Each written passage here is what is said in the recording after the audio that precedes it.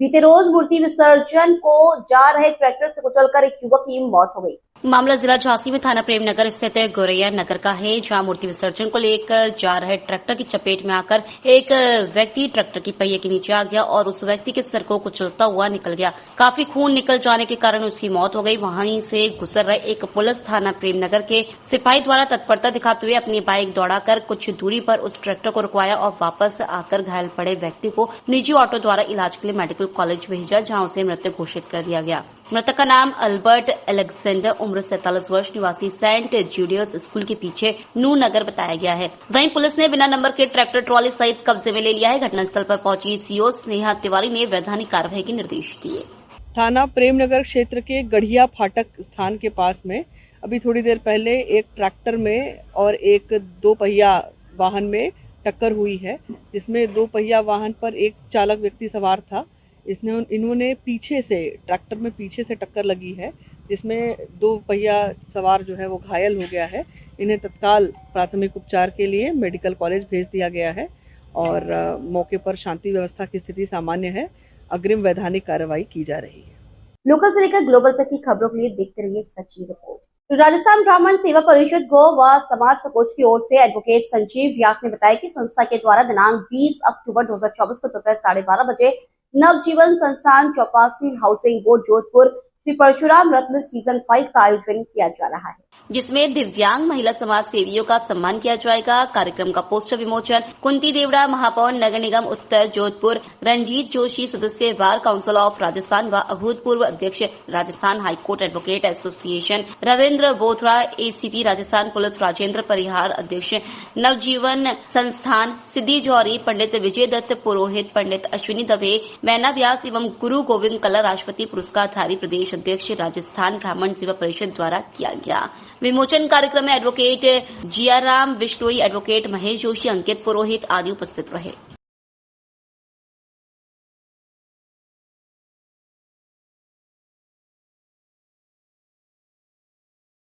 राजस्थान ब्राह्मण सेवा समिति द्वारा श्री परशुराम सेवा रत्न सीजन का 5वां ये आयोजन किया जा रहा है, जिसमें सर्वधर्म सम्मान समारोह किया जा रहा है और इसमें दिव्यांग जो बच्चे हैं, विशिष्ट बच्चे हैं, उनको विशेष तौर पर सम्मानित किया जाएगा।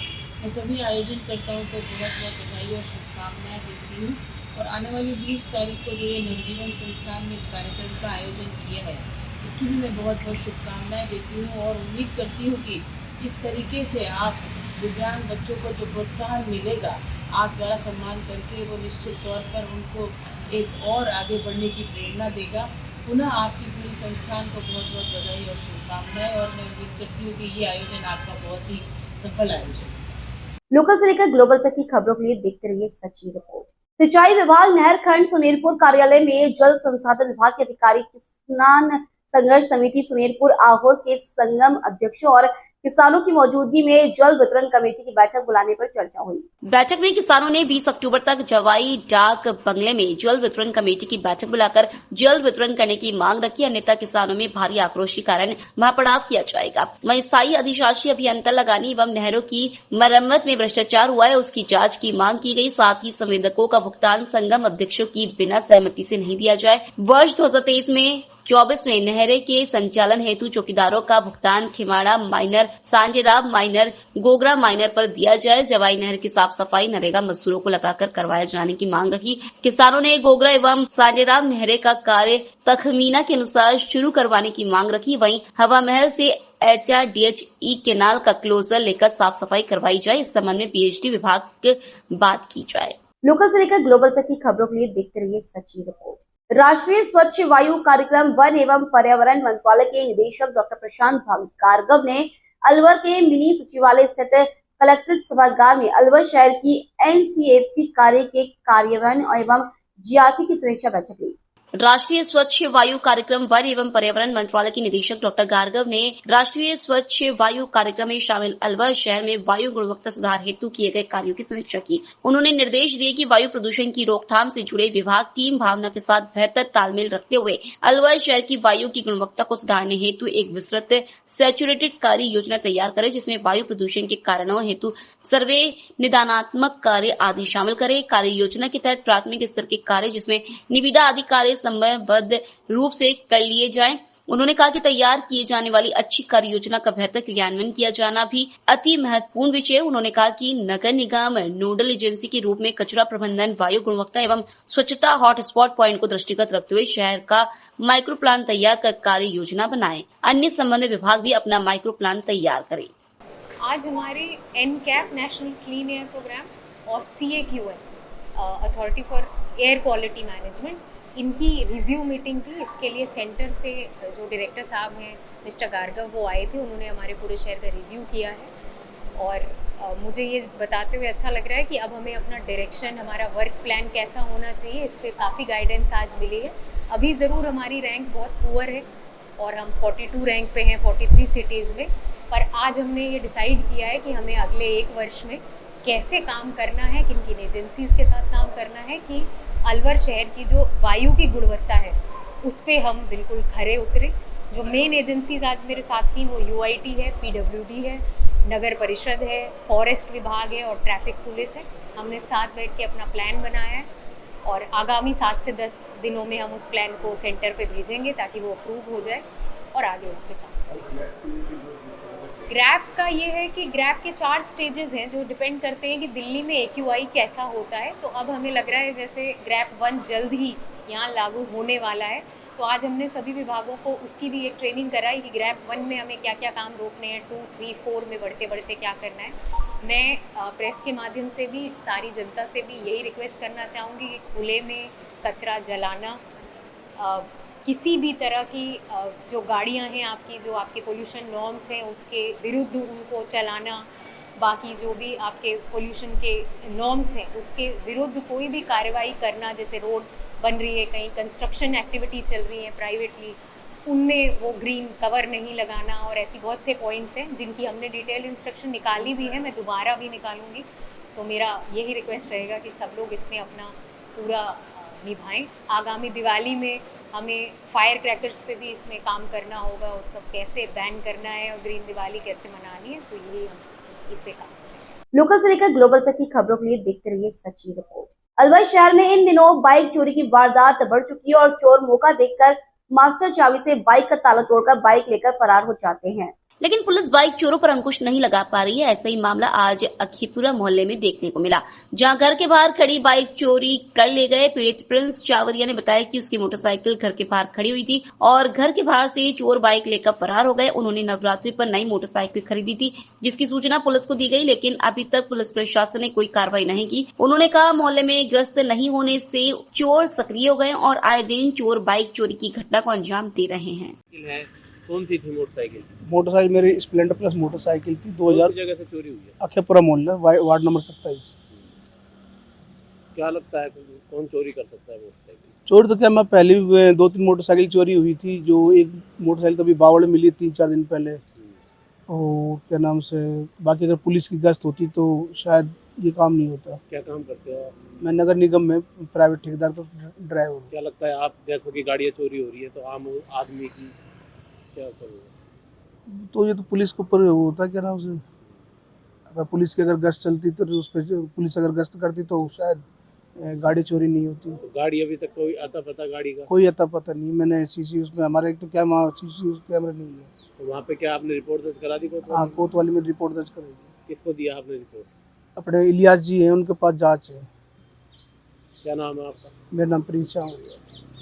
लोकल से लेकर ग्लोबल तक की खबरों के लिए देखते रहिए सच्ची रिपोर्ट। तखतगढ़ थाना क्षेत्र के गोगरा गांव में खेत में पशु चराने को लेकर 2 गुटों में विवाद हो गया। 2 पक्षों में हुई लाठी भाटा जंग में 3 लोग हुए घायल। घटना की सूचना मिलते ही हेड कांस्टेबल पद्माराम ने जप्ता के मौके पर पहुंचे। घायलों को एम्बुलेंस से तकतगढ़ सीएचसी पहुंचाया गया। घोगरा गांव के माताजी मंदिर के सामने की घटना है। खेत में पशु चराने को लेकर बताया जा रहा है विवाद। चिकित्सकों की टीम जुटी घायलों के उपचार में। बसंत सिंह भंवर सिंह को आगे रेफर किया है। दोनों की सिर पर गंभीर चोट बताई जा रही है। वहीं गंगाराम जाट के सिर पर भी गंभीर चोटें आई हैं। काय के लिए ये झगड़ा हुआ था आपका? फसल के अंदर दरार आए थे खेत में, उसको लेकर हो गया ये? वो तो झगड़ा नहीं हुआ था। वो तो कौन जी कह रहे थे कि दरार आए तो मांग रहे हो। मेरे को बात की उन बात बात गीतवान की कूटा रो हाथ जोड़ेंगे कि मैं नहीं आवा देती हूं। तो हाथ ऊपर बैठ दूंगा तो तू केवा वालों को बोल दो कही थी हमला हुआ तो पहला तो हाथों पे ली थी आधी बहुत ही पूरा ही फोटो लेना ही था। फोटो दी हुई है। क्या नाम है आप रो? मारो बहुत हमारो पिताजी रो। पसंद है। ये लड़ाई कहीं के लिए हुई है आपकी? ये हमारे घर पे ये लाठी लेके मारने के लिए, और मैं रास्ते से आ रहा था, इन्होंने मेरे आ गया तो रुक के सरिये की सीधा सिर पे मारी। क्या कारण क्या रहा?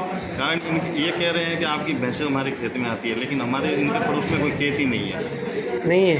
हाँ, इसके कारण ये झगड़ा हुआ है? हाँ, ये बोल रहे हैं कि तो आपकी भैंसें हमारे खेत में आती है, लेकिन हमारे इसका खेत और हमारे खेत से कम 3 किलोमीटर दूर है। दूर है। आपके क्या सिर पर चोट लगी है? खेत पे चोट नहीं लगी, मैं रास्ते में आ रहा था। हाँ। और ये सामने से लोहे के सरिये से मारी इसने।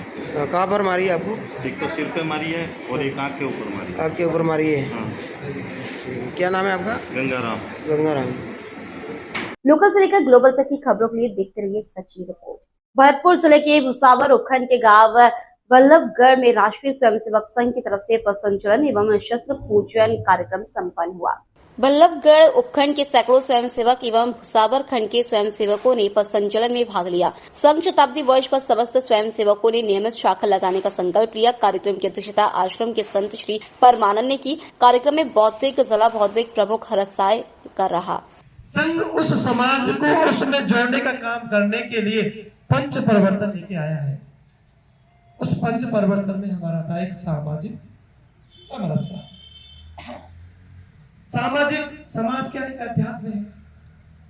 सामाजिक समरसता इस देश की एक बहुत बड़ी धाती रही, लेकिन समय की गति के कारण से, मुस्लिम आक्रांताओं के आने के कारण से और लोग आते हुए समाज को जातियों में बांट दिया।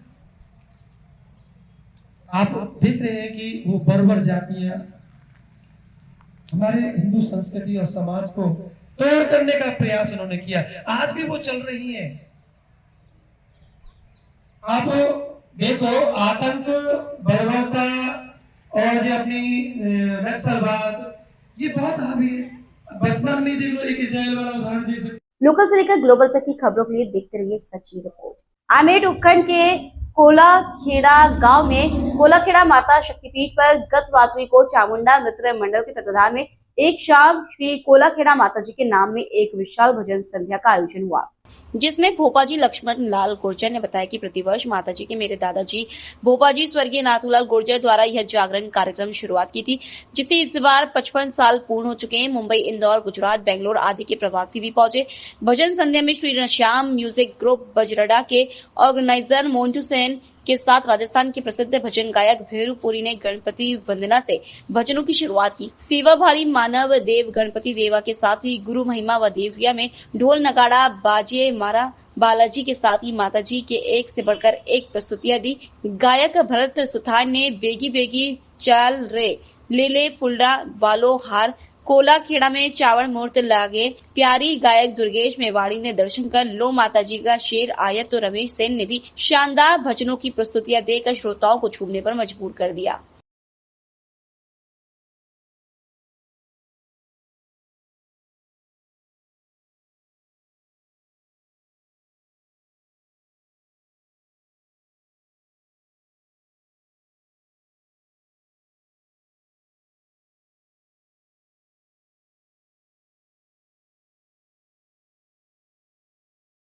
लोकल से लेकर ग्लोबल तक की खबरों के लिए देखते रहिए सच्ची रिपोर्ट। राष्ट्रीय और महासभा संस्थान अलवर ने अलवर जिले के रामगढ़ विधानसभा से होने वाले उपचुनाव में और समाज के कार्यकर्ता को भारतीय जनता पार्टी से टिकट देने की मांग की है। संस्थान के प्रदेश अध्यक्ष निर्मल सुर ने पत्रकार वार्ता में बताया कि राजस्थान के विभाजन के दौरान हनुमानगढ़, श्रीनगर और अलवर में काफी संख्या में और समाज के लोग रह रहे हैं। हमेशा भारतीय जनता पार्टी और कांग्रेस ने इस समाज की उपेक्षा की है। दोनों ही पार्टियों और समाज की प्रत्याशी नहीं बनती है। उन्होंने इस मामले में खुद की दावेदारी करते हुए रामगढ़ से टिकट की मांग की है। संस्थान द्वारा आयोजित पत्रकार वार्ता में वक्ताओं ने रामगढ़ विधानसभा के उपचुनाव में निर्मल सूरा को टिकट देने की मांग की है। उन्होंने कहा कि भारतीय जनता पार्टी ने अगर टिकट नहीं दिया तो चुनाव में बीजेपी को हार का सामना करना पड़ सकता है और निर्दलीय प्रत्याशी के रूप में भी उम्मीदवार खड़ा किया जा सकता है। आज निर्मल प्रकाश सूरा, प्रदेश अध्यक्ष राष्ट्रीय ओड महासभा, रामगढ़ विधानसभा उपचुनाव के दौरान हमारे ओड समाज की पीड़ा को ना भारतीय जनता पार्टी महसूस करती है, ना कांग्रेस सरकार पार्टी महसूस करती है। ओड समाज आज़ादी से लेकर आज तक अलवर, गंगानगर और हनुमानगढ़ में बहुतायत संख्या में है और रामगढ़ में लगभग 50,000 से ज़्यादा मतदाता हैं। पिछली बार भी उपचुनाव में, पिछली बार के 2023 के चुनाव में भी हमने टिकट की मांग करी थी, लेकिन भाजपा पार्टी ने इसको दरकिनार किया। चूँकि अधिक 95% तक हमारे समाज के जो मतदाता हैं वो भाजपा से जुड़े हुए हैं, तो नेचुरल है टिकट की मांग भी का हक भी उन्हीं से बनता है। 2 बार भाजपा पार्टी को मुंह की खानी पड़ी। अभी जो चुनाव हारे हैं इसका मंथन पार्टी गहनता से नहीं कर रही है। मैं पुनः इस चीज़ को आगाह कर देना चाहूँगा कि पार्टी इस चीज़ का गहन अध्ययन करे। पार्टी बार बार रामगढ़ से क्यों हार का सामना करना पड़ रहा है और अब की बार भी अगर ओड समाज को दरकिनार किया, कहीं यह पुनरावृत्ति दोबारा इस पार्टी को ना देखनी पड़े, क्योंकि ओड समाज का मतदाता 50,000 प्लस है और उसको दरकिनार बार बार किया जाता रहा है। इसका खामियाजा पार्टी को भुगतना पड़ रहा है और फिर पार्टी समझ नहीं रही। अब पार्टी फिर नए नए पैनल बना करके नए प्रत्याशियों की दिखा करके क्या साबित करना चाहती है? क्या इस ओड समाज का पुरुषार्थी समाज वालों को भी टिकट दिया, हमने सर माथे लिया, बढ़िया को टिकट दिया, हमारे समाज ने सर माथे लिया। क्या जिस समाज का सबसे ज़्यादा मतदाता है हिंदुत्व की दृष्टि से, क्या उसका कोई हक और अधिकार नहीं बनता? या तो ये कहें कि इस समाज में कोई प्रत्याशी के काबिल ही नहीं है।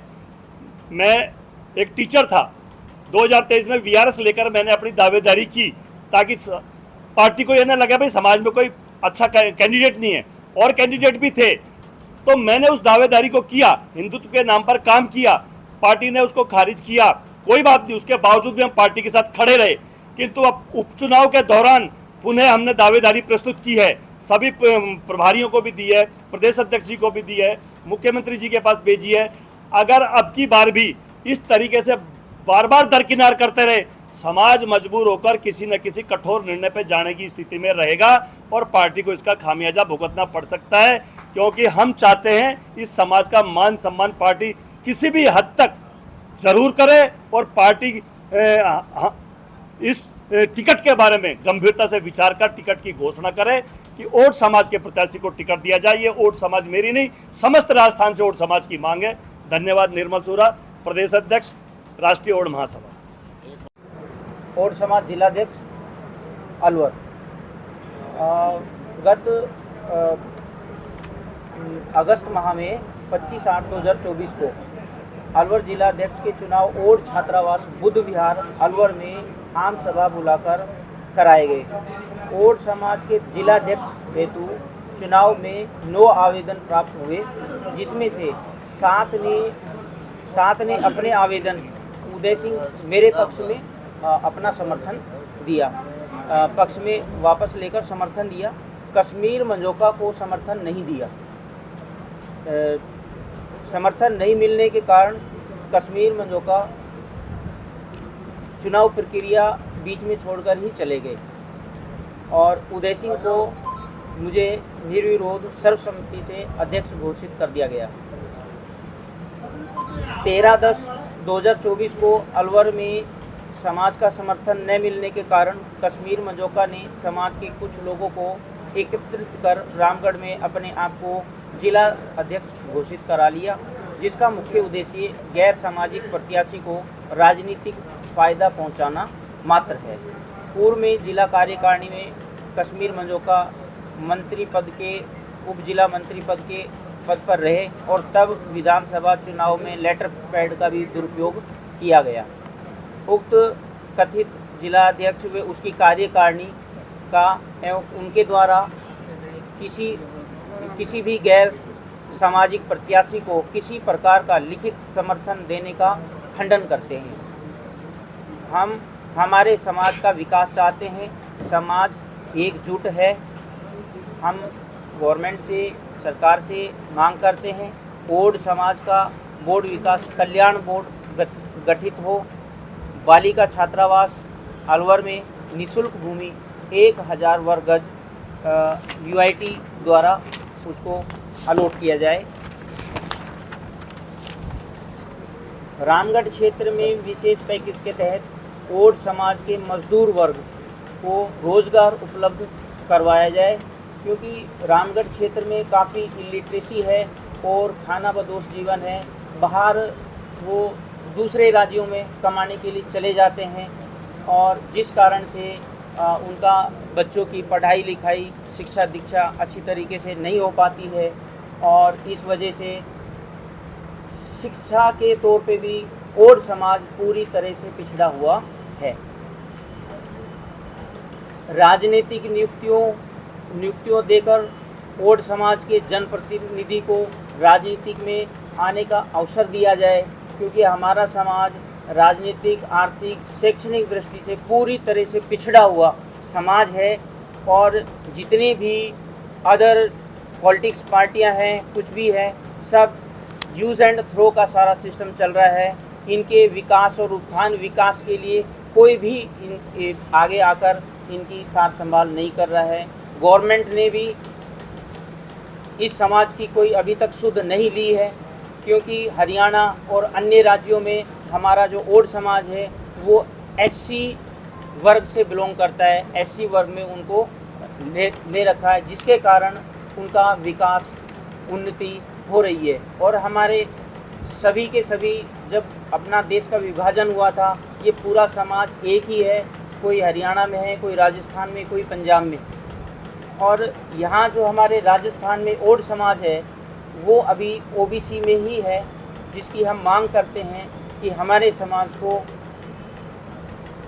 एससी के अंदर लिया जाए, एससी में शामिल किया जाए। एससी में शामिल किया जाए। लोकल से लेकर ग्लोबल तक की खबरों के लिए देखते रहिए सच्ची रिपोर्ट। राजस्थान में आज जयपुर में राइजिंग राजस्थान शहरी क्षेत्र प्री समिट में 400 से अधिक निवेशकों के साथ 76,400 करोड़ रुपए से अधिक के नए निवेश एमओयू पर हस्ताक्षर किए। शहरी विकास एवं आवास मंत्री झावर सिंह खर्रा और राजस्थान सरकार के मुख्य सचिव सुधांशु पंत की गरिमामयी उपस्थिति में एमओयू पर हस्ताक्षर किए गए। रियल एस्टेट, डेटा सेंटर और आईटी पार्क, टाउनशिप और शैक्षणिक संस्थानों के निर्माण के क्षेत्रों में हस्ताक्षरित निवेश एमओयू राज्य में सतत शहरीकरण, किफायती और गुणवत्तापूर्ण जीवन के लक्ष्य को आगे बढ़ाएंगे। आज निवेश करारों पर हस्ताक्षर करने वाली प्रमुख कंपनियों में हीरानंदानी कंस्ट्रक्शन प्राइवेट लिमिटेड के रहेजा कॉर्प, कस्तूरी ग्रुप और विराज ग्रुप शामिल हैं। राइजिंग राजस्थान से पहले आयोजित प्री इन्वेस्टमेंट समिट को संबोधित करते हुए शहरी विकास एवं आवास मंत्री झावर सिंह खर्रा ने कहा, मुख्यमंत्री भजन लाल शर्मा के नेतृत्व में सरकार अगले 5 वर्षों में राजस्थान की अर्थव्यवस्था के आकार को मौजूदा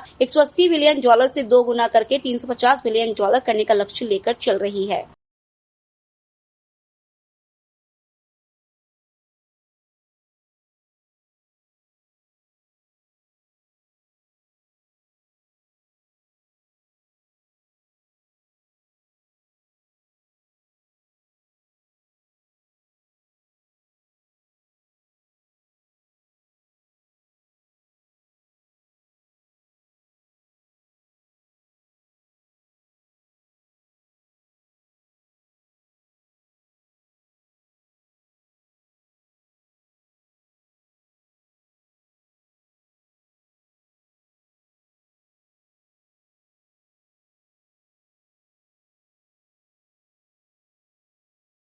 लोकल से लेकर ग्लोबल तक की खबरों के लिए देखते रहिए सच्ची रिपोर्ट। कसिया कुशीनगर में अक्सर किसी न किसी त्योहार पर सांप्रदायिक दंगा हो जाता था, पर 2024 के त्योहार पर शांति सौहार्द कायम करने में अपनी भूमिका अदा करने वाले जब से कसिया थाने के थानेदार के रूप में श्री ब्रिजेश शर्मा उपाध्याय चार्ज लिए। तब से अब तक कसिया शहर नगर में किसी प्रकार का कोई हिंसक विवाद नहीं हुआ। चाहे होली, दीपावली, दशहरा, ईद, बकरा ईद जैसे त्योहारों पर कई घटनाएं घटित हुई, लेकिन वर्ष 2024 के त्योहार सकुशल संपन्न कराने में कसिया पुलिस टीम के मुख्य इंस्पेक्टर गिरिजेश उपाध्याय की पैनी नजर के कारण दुर्गा प्रतिमा का विसर्जन शांतिपूर्ण संपन्न हो गया। दुर्गा प्रतिमाओं का विसर्जन गाजे बाजे के साथ हिरणावती नदी में देवी दुर्गा की मूर्तियों का विसर्जन नदी घाट स्थल पर धार्मिक गीतों पर आयोजक मंडल द्वारा खुशियां मनाते डांस करते नजर आए। लोकल से लेकर ग्लोबल तक की खबरों के लिए देखते रहिए सच्ची रिपोर्ट।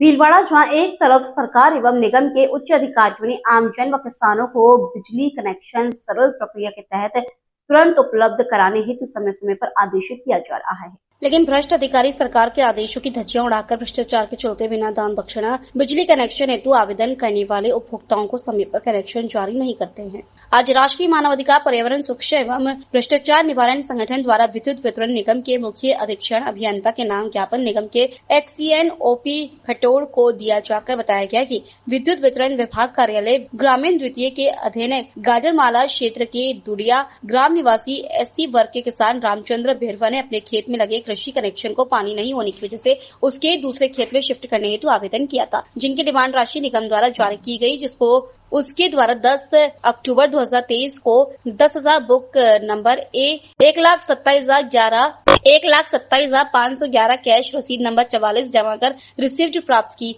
लेकिन उसके उपरांत निगम के जिम्मेदार अधिकारियों एवं ठेकेदार कर्मियों की मिलीभगत से रामचंद्र बेरवा से कनेक्शन शिफ्ट करने हेतु अवैध राशि की मांग की गई, जिस पर बेरवा द्वारा असमर्थता जाहिर की जाने के उपरांत जॉब वर्क करके डीपी रखे बिना ही छोड़ दिया गया और उससे आए दिन चक्कर कटवाए जाने लगे और अधिकारियों एवं कर्मचारियों द्वारा उसे डीपी नहीं रखने हेतु कोई उचित कारण या लिखित नोटिस भी नहीं दिया गया।